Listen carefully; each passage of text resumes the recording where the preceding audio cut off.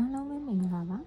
ဒီဗီဒီယိုလေးထဲမှာတော့တင်စားလို့ပြောလိုက်ပြီဆိုတာနဲ့မဖြစ်မနေသိထားရမယ် trigonometry ဆိုတဲ့အခန်းအကြောင်းကိုပြောပြပေးတော့မှာဖြစ်ပါတယ်trigonometry အကြောင်းကိုပြောဖို့ဆိုလို့ရှိရင်အရင်ဆုံးအနေနဲ့သိထားရမှာတော့ angle ဆိုတဲ့ထောင့်လေးတွေအကြောင်းပဲဖြစ်ပါတယ်ကဲစလိုက်ရအောင်နော် angle ရဲ့အကြောင်းကိုပြောဖို့ဆိုလို့ရှိရင်အရင်ဆုံးသိထားရမှာက initial side နဲ့ terminal side ဆိုတဲ့အကြောင်းအရာတွေပဲဖြစ်ပါတယ်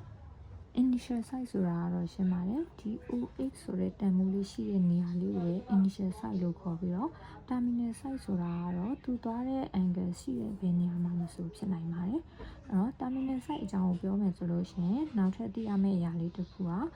quadrant တွေအကြောင်းပဲဖြစ်ပါတယ် quadrant တွေကတော့ကျွန်တော်တို့ full quadrant ရှိပါတယ် first quadrant second quadrant third quadrant နဲ့ fourth quadrant ဆိုပြီးတော့၄မျိုးရှိပါမယ်terminal site ဟာ first quadrant ထဲမှာရှိမယ်ဆိုလို့ရှိရင်တော့တီတာရဲ့တန်ဖိုးဟာ0 degree နဲ့90 degree ကြားထဲမှာရှိပြီးတော့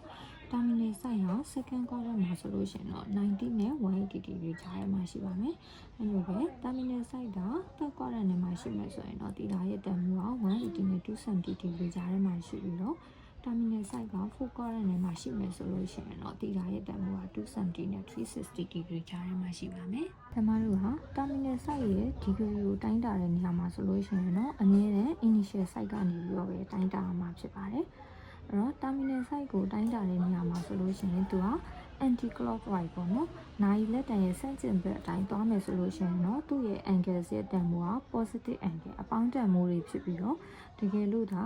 clockwise ဆိုတဲ့နိုင်လက်တန်တိုင်းလှည့်မယ်ဆိုလို့ရှိရင်တော့အဲ့ဒီ angle ရဲ့တန်ဖိုးက negative angles အနှုတ်တန်ဖိုးတွေဖြစ်ပါမယ်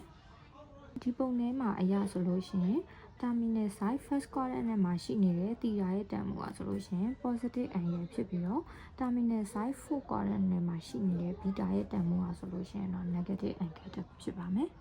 angle ရဲ့အကြောင်းအရာလေးကတော့ဒီနေ့တော့ဒီလောက်ပဲဖြစ်ပြီးတော့နောက်ဗီဒီယိုလေးမှာပြန်တွေ့ကြမယ်နော်